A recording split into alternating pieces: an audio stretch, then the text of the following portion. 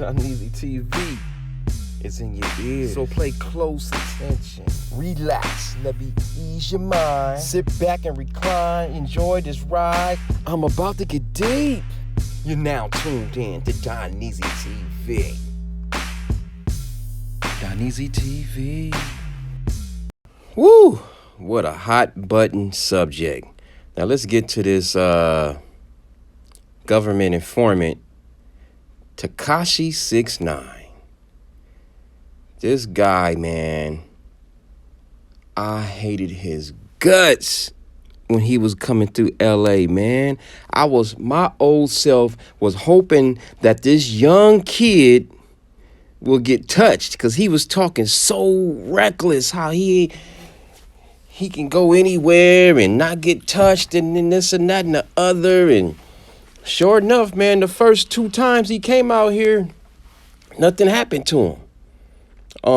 Except for that LAX incident where those guys from Houston just happened to be, right there when they was at the airport, and they got into it with him, and his crew got touched up, and he got a little touched up too. He got slammed to the ground. His shoes was flying and everything. And it was funny, man. I was like, yeah. I was happy. I was fine. I was happy that somebody touched. I didn't care if it wasn't from no guys from LA.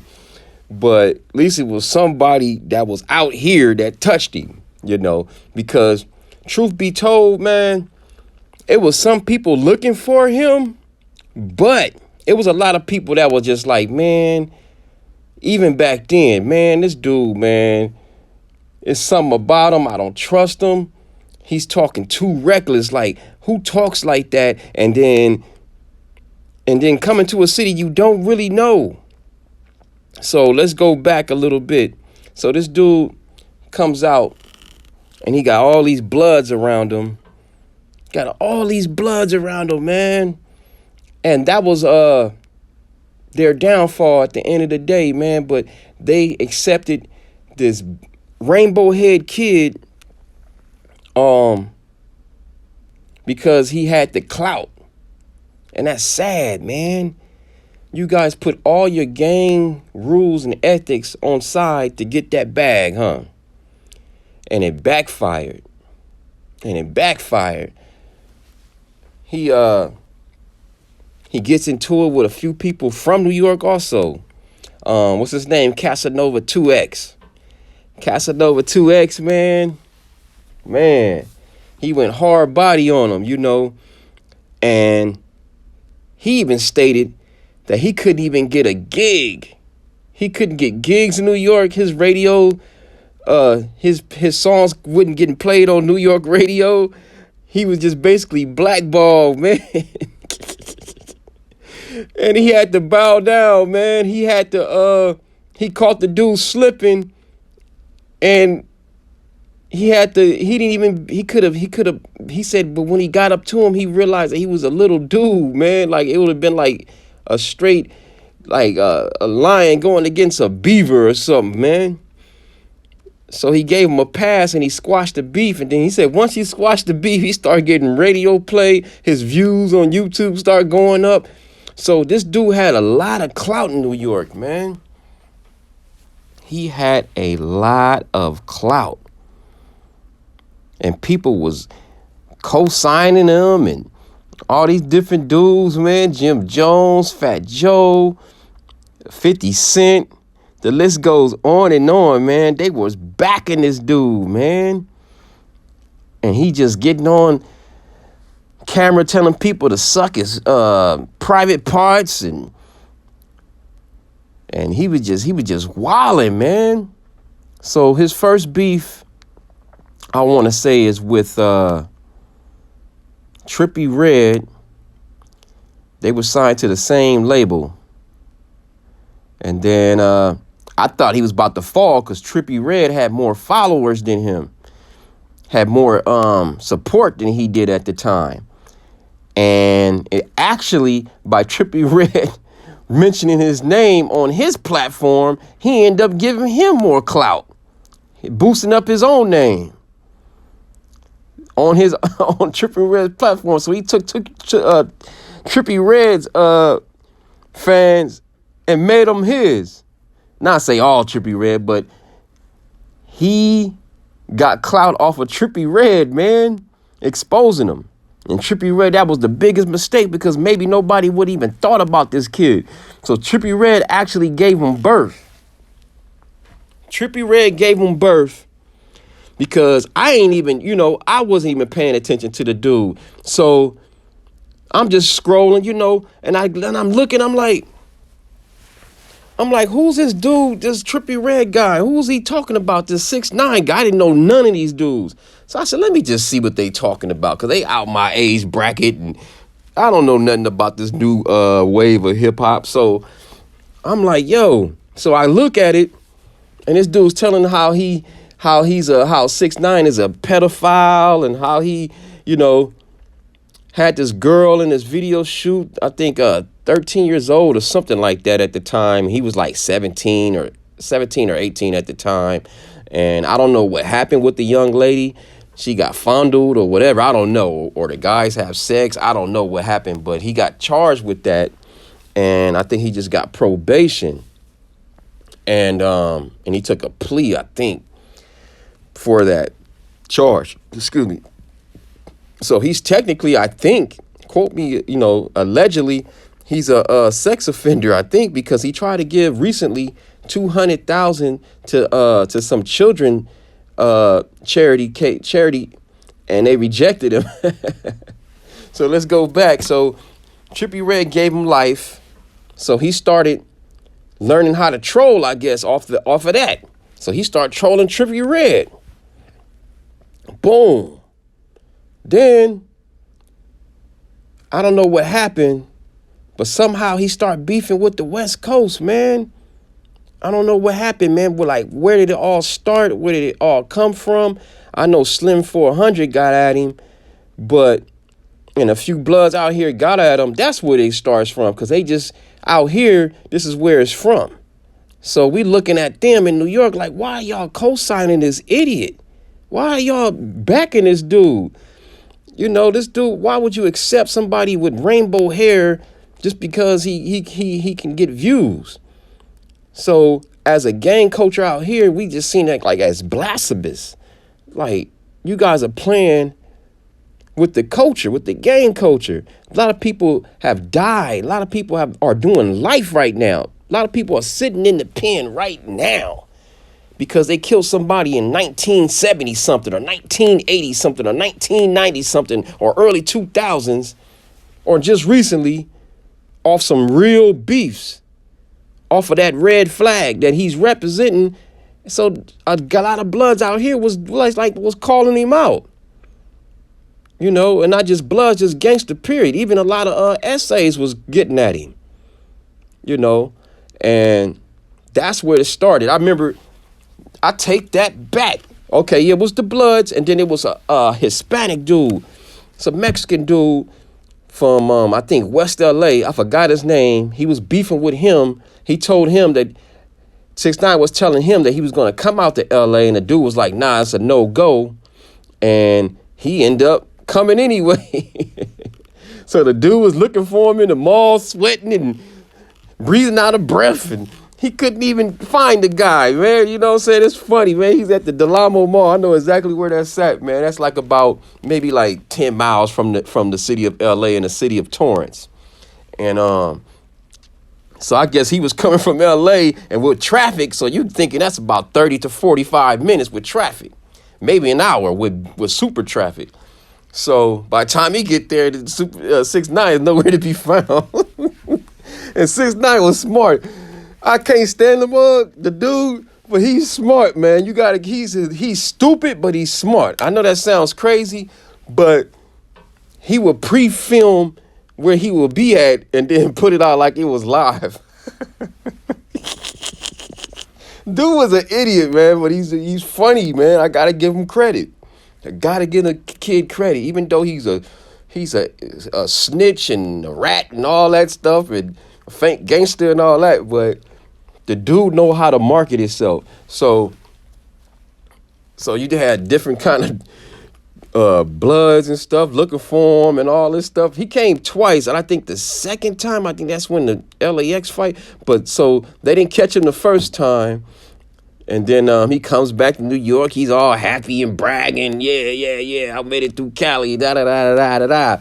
And then so they come again, man. So he started filming like early in the morning, like 2, 3 in the morning over there in Inglewood off of Crenshaw and Imperial at the Chase over there.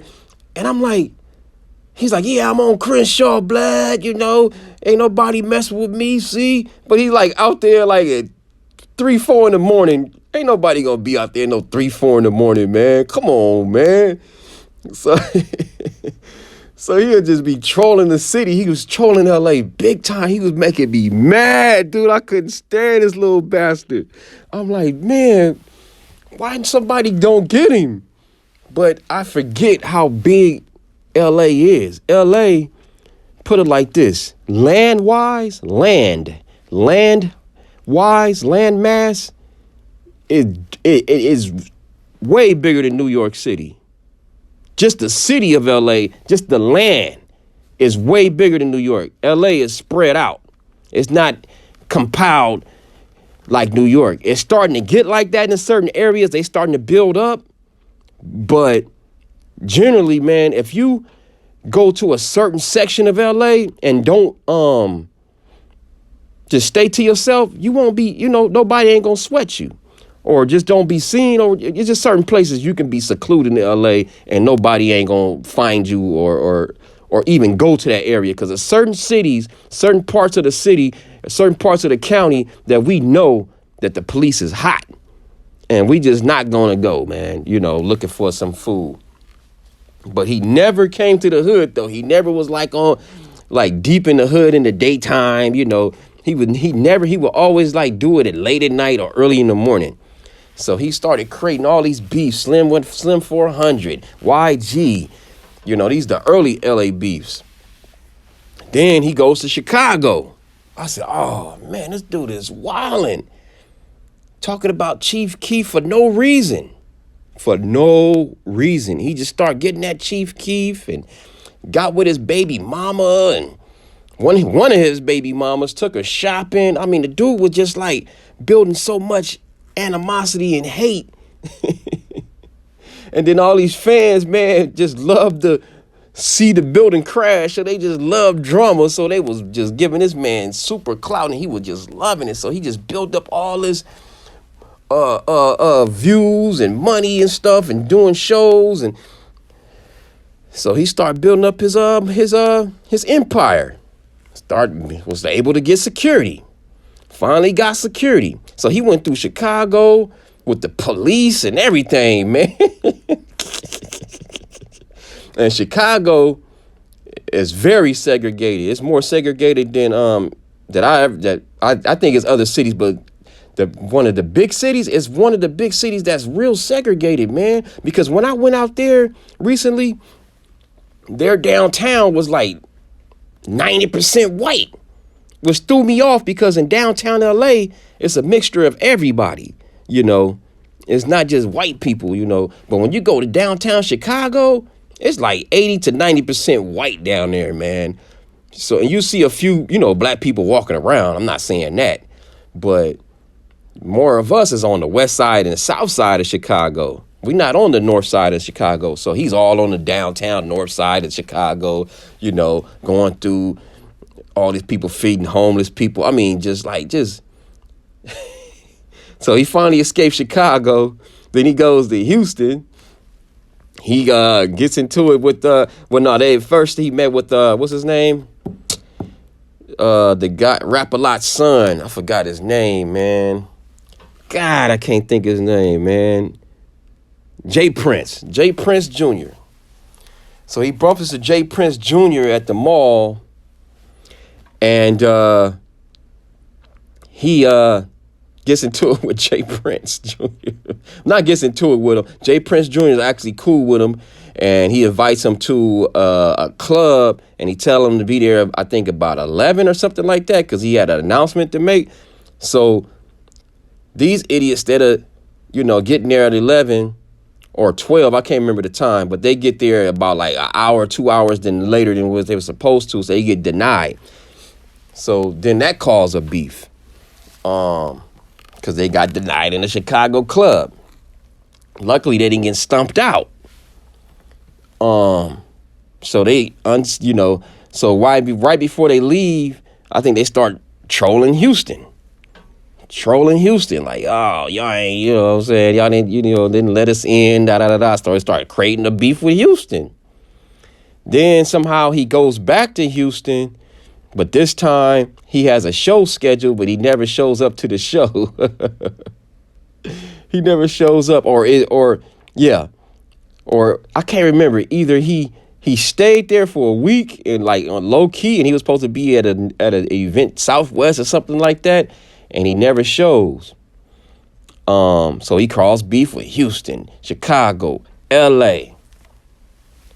So we all like looking for this little rainbow head punk, while the majority of New Yorkers are supporting this clown.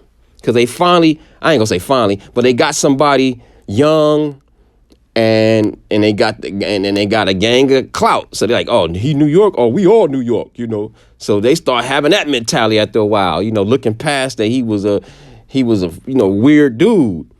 They start looking past that, man. Just because he represent New York and I'm the king of New York. So he started just emphasizing that, and a lot of people start believing him. 50 Cent start co-signing him, man, and making him his son and all this stuff. So Chief Keef somehow comes to New York to do a show. He ain't even thinking about the dude. Chief Keef didn't give this dude 2 words. He never mentioned his name, never even said nothing. I gotta respect Chief Keef. Now that's gangster right there. That's how you handle somebody trolling you. You don't respond. That's how you win with a troll, especially a person that got support like he does.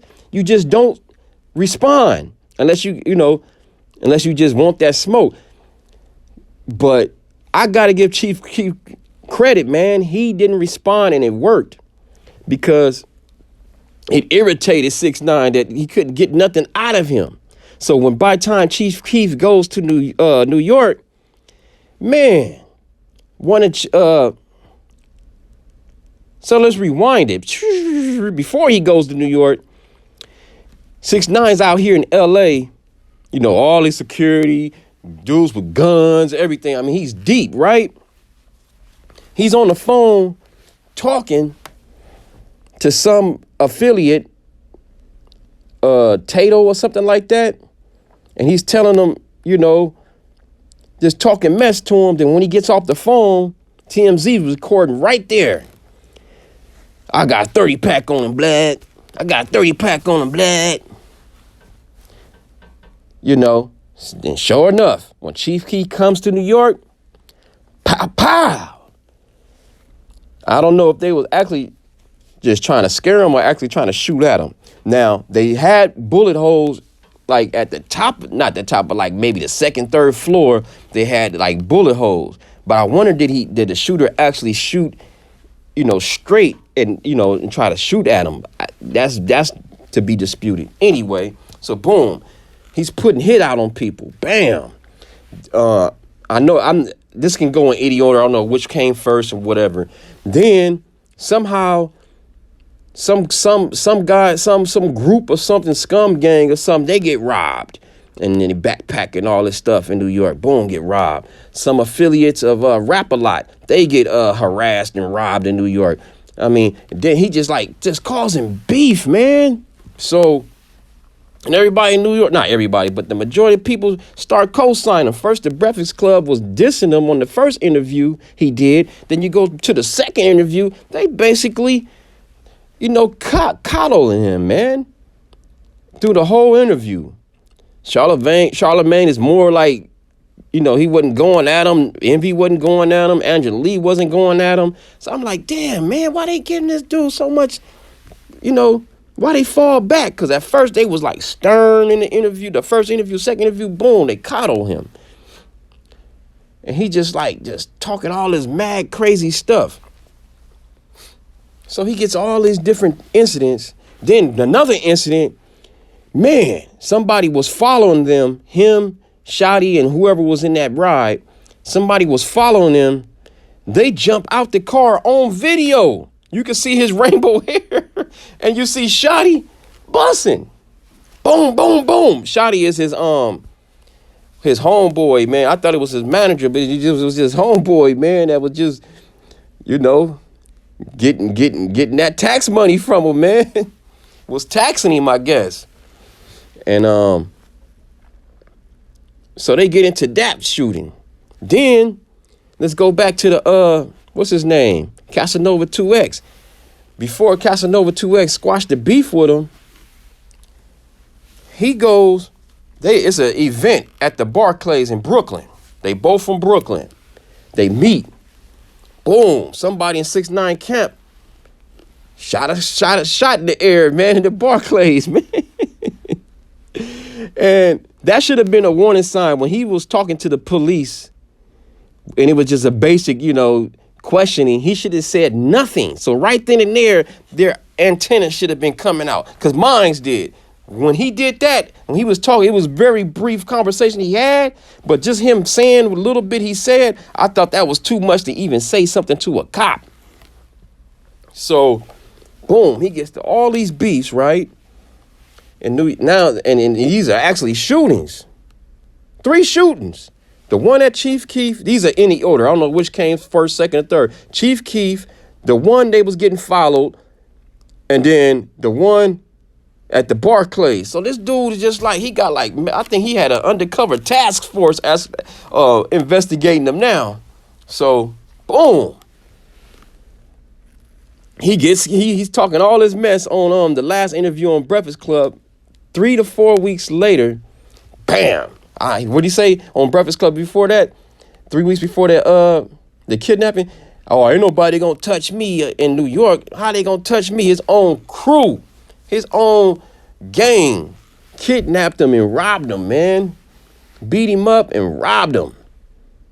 So that was the last draw. And then he goes on again how he's how he got robbed and it wasn't a troll or nothing, it wasn't fake. And he kept saying in the interview that he knew who it was, and he did, because it turns out later, he knew. But anyway, he knew back then. So this dude, man, he just got all this beef going on. So finally he gets robbed, and then he's like, boom, I'm not 6ix9ine. I mean, it takes a minute for that. I don't know what happened next after that. Okay, he found out that through a promoter that they was taking his money, that Shotty was taking his money when he was going to do these shows. He was, taking money off the top. And so he found out that, and he, gets on radio and saying, hey, I'm not Treyway no more, and I created Treyway, and da-da-da-da-da, which was a false. 9 Trey started in 93, Who started it? They say OG Mac, but now I'm hearing there's other people. But anyway, so he goes through all this stuff, bro. I'm just freestyling off the top of my head. So he goes through all this. So finally he finds out he's getting robbed. He finds out that his baby mama is allegedly sleeping with Shotty. So he just disassociates himself completely with Treyway. And he was about to start his own management, and he was going to do his own shows and get his money. So boom, right before that, right during the interview, he was the only person he fears is the FBI. So he knew something. So boom, here comes the FBI indictments. Bam, boom. He gets locked up with like 10 other dudes on federal charges, racketeering, the RICO law. I don't know what that means. Racketeering, interfering, I don't know. It's a long acronym. I don't know. But it's RICO. Look it up. Google it. So they put him in his special section somewhere in Brooklyn, some kind of federal pen. Not Brooklyn, somewhere in New York. I don't know. Somewhere in New York is a federal pen that houses snitches. So everybody was like, he might sing. Boom, he end up singing, man. He end up singing on the whole crew that had his back in the beginning. How you gonna, wow, man. Wow, man, this is deep. How you gonna go against a crew that had your back? That was there through all the beefs, that held you down in LA, that held you down in Chicago, that held you down in Houston, that get in the fist fights, shootings, and all this stuff, man. Had your back. All he had to do was stay strong, and he probably would have did the time he did right now. He probably would have did 2 to 5 years. He would have been like Bobby Shmurda and came out like a hero. But nah, he couldn't handle it. Told on the whole 10 people. And these dudes doing football numbers, 10, 15, 5, 10, 20. Nobody got 20. I think somebody got 17. I think that's Shotty. I think Shotty got 17, I think. 15 or 17. One of them, one of them got, hard. One of them, no, I don't know, but a lot of them got time, basically. So he does his time in the federal pen in the snitch section. So he does his time in there, right? And then so the whole time everybody's wondering, like, dang, man, what he's gonna do, how he's gonna react when he get out, how he's gonna act when you out. Everybody's calling him snitch, all these top artists calling him snitch and all this stuff. So when he gets out, it's a little quiet. Ain't nobody saying nothing.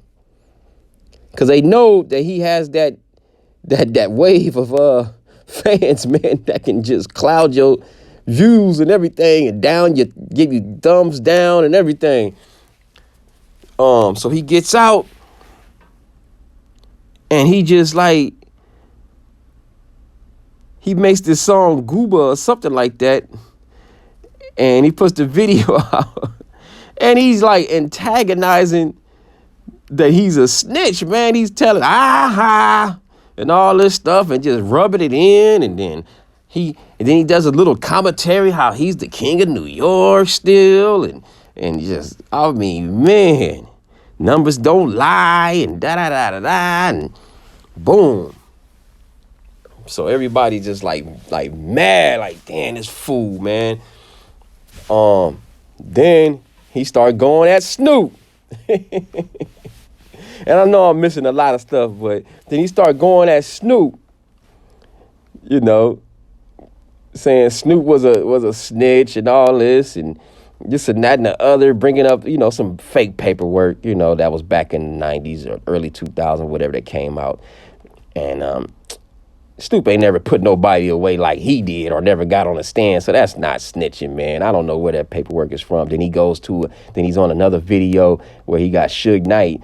You got to remember Suge Knight and him was beefing. Snoop and Suge Knight was beefing at the time. So, of course, Suge Knight's going to think that he's an informant, that Snoop is an informant because he never goes to jail when he gets in trouble. So he's showing that clip. That's an old clip. Suge Knight and Snoop has squashed their beefs and they cool. I ain't gonna say they best of friends, but they squash their beef. And Suge ain't gonna just squash his beef with anybody, you know what I'm saying? Especially a snitch that he thinks that put him in the prison. So that's not good. That's not true. That's not accurate. So now, boom, this dude is out, you know what I'm saying? He's trolling Snoop. And Snoop is responding like, yo, don't come at me, rat boy and all this stuff, and then and then Snoop, and then 6ix9ine comes at him again with an allegation about him Snoop cheats on his wife and this and that and the other, which may be true, but still, man, he was just shooting low blows. Then the latest thing, man, this dude, man, he's talking all this mess about how he's number one, this and that and the other. Then the Billboard comes out. And he's number 3. He's behind Doja Doll and Ariana Grande and what's his name? Justin Bieber. They had the number 1 slot. So then now he started trolling them, trolling Billboard, saying they buy number 1 spots and all this stuff, and then boom, Justin Bieber and Ariana and some other guy, they come out with their allegations telling him like, yo, this is domestic. This is not global. So, and then another guy, allegedly he had all these bots. He's saying that the 6ix9ine camp have all these bots doing all these, watching all these views. Because if you look at the views that he gets and then versus his streams, like his record sales, it don't match. So, and that's a lot of artists, not just him. Not just him. But yeah, this dude, man, he's a clown. He's a clown, but you got to admit, the idiot is entertaining. He is entertaining, man. I admit, the guy is entertaining. And the downfall about it is he hasn't learned anything from being in prison, man. And you would think he would come out, he would do like some Spanish songs. Nah, he goes straight like he's shooting up a chicken spot and all this stuff. So he hasn't learned anything from this lockup that he did. And hey, only two things gonna happen again. He's gonna go back to jail, prison, or he's going to get killed, man. And I hate to say that. I don't wish death, but I mean, what you put out is what you get. But thanks for tuning in. Don't forget to subscribe, like, comment, show some love. Peace.